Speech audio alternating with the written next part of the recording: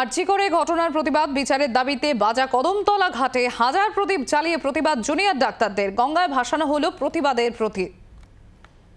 আমাদের সঙ্গে রয়েছেন দেবাঞ্জন বন্দ্যোপাধ্যায়, সরাসরি নজর রাখবো সেখানে। দেবাঞ্জন, আরজি করে ঘটনার প্রতিবাদ বিচারের দাবিতে বাজা কদমতলা ঘাটে এবার হাজার প্রদীপ জ্বালিয়ে প্রতিবাদ জুনিয়র ডাক্তারদের।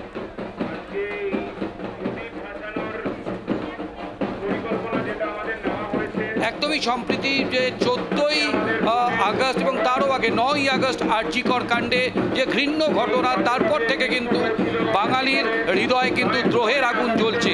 আজকে মহালয়া দেবী পক্ষের সূচনা হয়েছে, কিন্তু সেই দেবী পক্ষের সূচনাতে এই মুহূর্তে বাজা কদমতলা ঘাটে রাজ্যের বেসরকারি হাসপাতালের চিকিৎসকেরা তারা কিন্তু হাজার প্রদীপ জ্বালিয়ে তারা গঙ্গা বক্ষে ভাসাতে এসেছেন এবং তাদের এখান থেকেই তারা প্রতিবাদের বার্তা পুজোর সময় সমাজে তারা নিজেদের বার্তা ছড়িয়ে দিতে চান। আমাদের সঙ্গে রয়েছেন সেই চিকিৎসকেরা। আপনার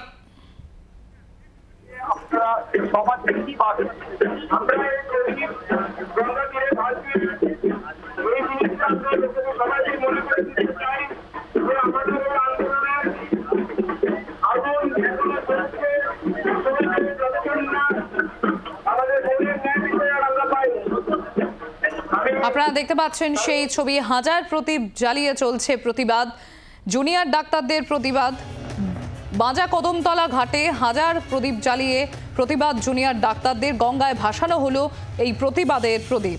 দেখতে পাচ্ছেন সেই ছবি আপনারা।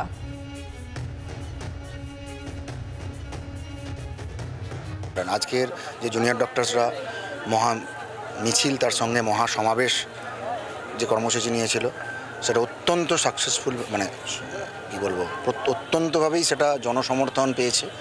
আমরা যারা প্রাইভেট হসপিটালের ডক্টরসরা আজকে এই মহালয়ার দিনে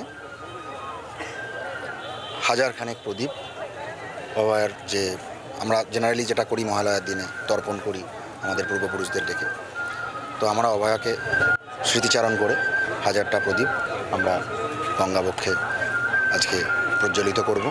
এই কর্মসূচির আমাদের একটাই বার্তা, যে আমাদের আন্দোলন যে চলছে এবং এই আন্দোলনের আগুন যে আমাদের মধ্যে এখনও প্রজ্বলিত আছে, সেটাই এই হাজার প্রদীপ এর মাধ্যমে আমাদের বার্তা।